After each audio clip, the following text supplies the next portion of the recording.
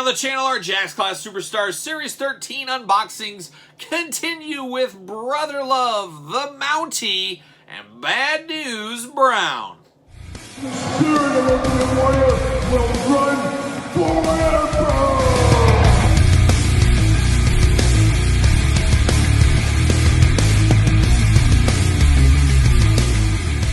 Welcome everyone, Kyle here, and welcome back to the channel for another Jax Class Superstars Series 13 unboxing and review. And today we've got Brother Love, we've got the Mountie, and we got Bad News Brown. But remember, for all your modern day wrestling figure needs, to hit up Ringside Collectibles, use discount code Kyle, save yourself 10%. And of course, we're going to do this review kinda like we do all the other reviews on the channel. We're going to take a look at the packaging, we're going to talk about it. We're not going to unbox it, but we're going to talk about it, as I already have all three of these guys loose in my collection, so we'll dive in from there, of course. So without further ado, let's start off with the Mountie, Jacques Rougeau. Now, an interesting one here. If you guys follow along these Jax videos, and why not at this point? Every single Tuesday we got a video. Make sure you subscribe to the channel.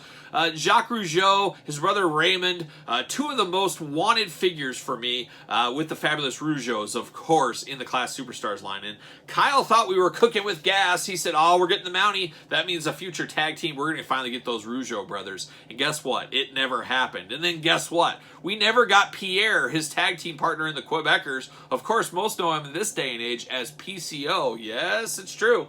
I thought maybe we'd get PCO or Pierre Lafitte in this set as well, because this is technically Quebecers era Mountie. Of course, Mountie that we're most fond of is probably the Jailhouse match with Big Boss Man. I just loved that when I was a kid.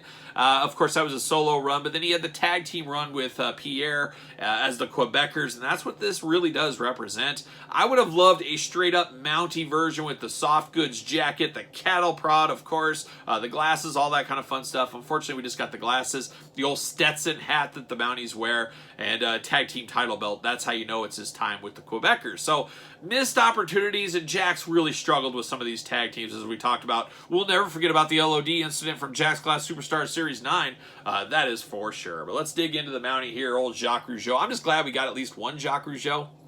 But there he is right there. Tag team title belt, glasses and hat.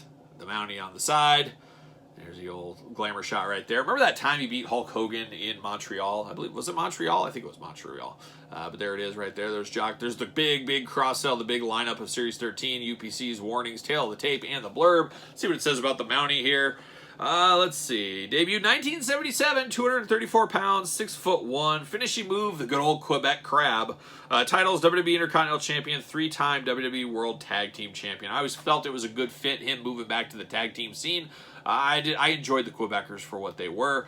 We do know Jacques Rougeau and his entire family. When I say his entire family, I'm saying all the way back to the old country. We're getting a ton of Rougeau family members in the Power Town lineup, apparently. So we'll see how they're going to get all those guys to market and things. But maybe that's how we'll get our Rougeau brothers. We'll see what happens with that for sure. But there's the old Mountie, and then of course I do have his figure right here. Now, I've said it before in these Classic Superstars Series 13 videos, we're going to see it here with one a little bit worse in a second, but the dreaded Jax sticky disease was running wild at this time. For whatever reason, Classic 13 really started the Jax Class Superstars, or Jax in general, sticky disease. The Mountie, badly sticky hat. You drop this thing on the floor, it's going to have every piece of carpet and dirt and you name it on it. I don't know what it is. The only thing I can guess, not being a full-on scientist, I'm an assistant scientist, but I'm not full-on quite yet, not accredited enough. But I got to think it's a cheaper form of plastic that's been breaking down over the years. That's what is causing that. As I always say on the channel, get some clear packing tape, put it on there, cover it, pull, rinse, repeat until it's not sticky anymore. Unfortunately, it might come back down the road, but at least that fixes the problem for a little bit. But we definitely have that sticky disease problem with this Stetson Mountie hat here. Of course, one of the calling cards of the Mounties, so there you go. But then we get Jock right here, looking only like a Jock could look in Series 13 of Classic Superstars. I don't know if you give him this head sculpt and you'd say, okay, who is this? Some people might say, oh, is that Mike Awesome, but somebody cut the mullet off? That could be. It looks enough like Jock, but I don't know. I'm not totally sold on this one as I am on some of the other figures out there. Of course, articulation-wise, the arms spin around. You do get the bicep cut. You do get the single jointed elbows. You get the wrists side to side, back and forth. Always like the wrists on these Jax figures. course, he does have a fist. He's ready to throw down across the border if he needs to. And then you do get the waist articulation, single jointed knees, ankles up and down, and then legs can do about that, forward and back, and that is it. That's the articulation. He does have his red wrestling shirt he wore in the Quebecers days. Got very Border Patrol-esque. I don't know. Are we talking about the Border Patrol tag team? We're talking about Quebecers. We got the black and you got the yellow stripe down the side. Got the big old boots there like he's ready for a rainy day, or he's ready to work on a pig farm or something like that. But he's got the big old boots going on. Wish we could have got a cattle prod, but that was more solo Mountie than Quebecers Mountie. So I guess we get what we get, and we don't throw a fit, as some people might say. But a very good one. I'm happy we at least got one Mountie. Of course, we got the Mountie in the Hasbro days. Will we ever get another Mountie? I don't know. I love Mattel. Mattel's got so many guys they could make, but obviously they'll make everybody. They want to make everybody. It's just WWE holding them back on a lot of things, and Jacques Rougeau must be another one of those guys, unfortunately. So there he is, old Jacques Rougeau, the Mountie himself. Now we turn our attention to somebody that loves you. Yes, you. We're talking about Brother Love, his first and only figure ever, a staple of 80s professional wrestling. We all remember the Brother Love show, the guests, all the segments, the angles cut there. Absolutely loved Brother Love. Loved to hate him as a kid, some might say. But Brother Love, very, very iconic. Cool we got in Classic Superstars. Would be a great one for Mattel to release. Maybe one day, who knows? We'll see what happens. But Brother Love looking good here. Of course, he has a white microphone. He's got the Book of Love with him. Brother Love on the side, glamour shot on the side, and on the back, of course, Bruce Pritchard is Brother Love, as we all should know that, I think. UPC's warnings down below, the big cross sell. Look at that huge set. We're going through all of them, as you guys know. We got the glamour shot, tail of the tape, and the blurb. Let's see what it says about our old buddy, Brother Love. Debuted in 1988. Quote, I love you. Yes, he does. Of course, a flash in the pan of all the pastors back in the day, the TV evangelists, of course, the old Jimmy Bakers of the world. I've told the story on the channel before. I had a buddy as a kid. His dad was in prison. Oh, yeah, there you go. His dad was in prison, and his cellmate, Jim Baker. Yes, and he always told me Jim Baker was the nicest guy ever. So you gotta believe what you hear from your friends on the old playground for sure. But Brother Love looking really good. And of course, I have a loose Brother Love, because why wouldn't you have a loose Brother Love? A lot of these guys, they don't have Mattels of. I got loose Jacks ones to kind of fill the spot temporarily, and that's what I did with Brother Love right here. Of course, the Book of Love is an interesting accessory. It is a blank book, so there is nothing in here. I guess you can write your own love story in here in this very, very small book. But it is an actual little book. I thought usually they'd give you a plastic hard one or something like that, but they actually went a step above, and I do like that accessory. We do get a microphone. We've seen it a million times, but this time in all white, which I always thought was a great touch for the microphone here. Then you get down to old Brother Love, and this is one of the ones that has probably, gun to my head, the worst Jack sticky disease across the board. This one is really bad. I've done the tape trick on it probably twice in the last 5 years. I need to do it again here. It says it has gotten sticky once, so again, you look at it, it gets a little greasy. Actually, gun to my head, the worst one ever, and we unboxed it on the channel just fairly recently, Off the Ropes JBL. That is the greatest, stickiest figure of all time. There is nothing stickier in this world than that JBL. So much so you can see it like sweating, the stickiness on the jacket. So it's crazy. This one's about there. Could possibly be there if I hadn't cleaned it up a few times. So very, very sticky, much like Mountie's hat as well. It's unfortunate. That's why we need a new Brother Love in this day and age. But very good. He's got the painted on face, kind of the red face paint going on, the big glasses that are sculpted in here. I think Jax would have done a better job if they would have sculpted more of the glasses instead of having removable IRS, for example. I think would have been better sculpted in. Got a little bit of that mullet action going on, and then very much preacher-esque, and he's either going to preach a sermon or he's going to go paint a house. He's going to do one of these things, but the red, bright red shirt, the bright floral red right there, and then the rest white throughout. Pretty iconic Brother Love. Very iconic if you were a kid in the 80s, like I said earlier. Very, very cool. A slam dunk figure, and a figure that skyrocketed in price when Bruce Pritchard started his podcast. I think it's come a little bit more down to earth in this day and age, but man, this was hard to get. People were searching that one out when Bruce Pritchard's podcast took on its ride it started on, and now he doesn't really do podcasts anymore from what I've seen the last couple of months.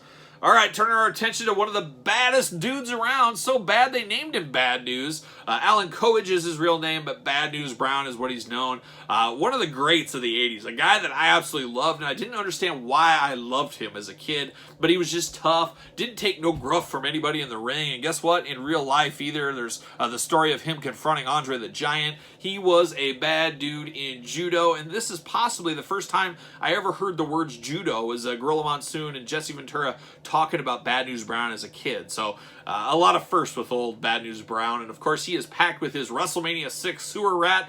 I don't know if that's the most famous wrestling match of Bad News' career against Hot Rod in WrestleMania 6. Of course, we know possibly the most controversial wrestling figure of all time. No, it's not Chief Jay Strongbow. It was the half-black, half-white Roddy Piper figure in the Deluxe Classic line. It was a Toy Fair 10100 exclusive. A very interesting figure for sure, and one that'll never, ever be made ever again. But old Bad News is one that we need again, and I would love a Bad News Brown figure. Obviously, very, very plain Jane, just like a Stone Cold Steve Austin back in the day, basically.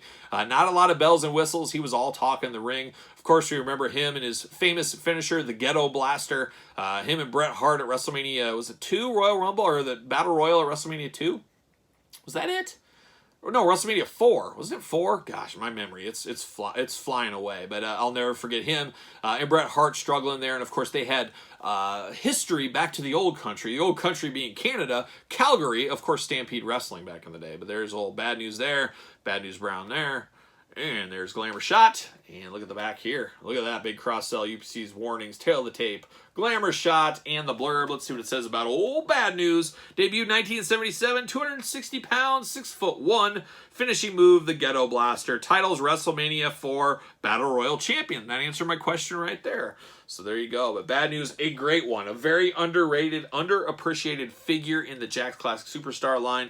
But like I said, very, very plain Jane. Black trunks, black knee pads, black and white boots, and a mad face. That's all you get with him. I love the attention to detail. They did give him his black glove. I can just hear him cutting a promo right now, messing with that glove like a young Blackjack Wyndham or Blackjack Mulligan and stuff.